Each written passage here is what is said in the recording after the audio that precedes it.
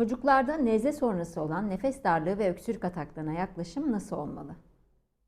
Kış mevsiminin bu soğuk günlerinde nezle ve griple seyreden viral solunum yolu enfeksiyonları çocuklarda sık karşımıza çıkıyor.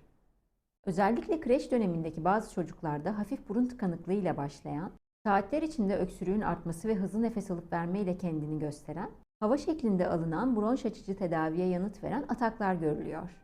Bu atak sürecinde özellikle yanıtlı hastalarda bronş açıcı tedaviyi etkin kullanmak önemli.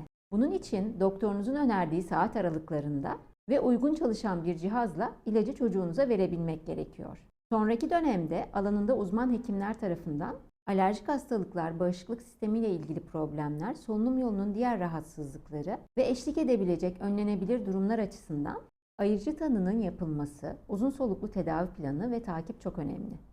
Tüm çocuklarımıza sağlıklı günler dileğiyle.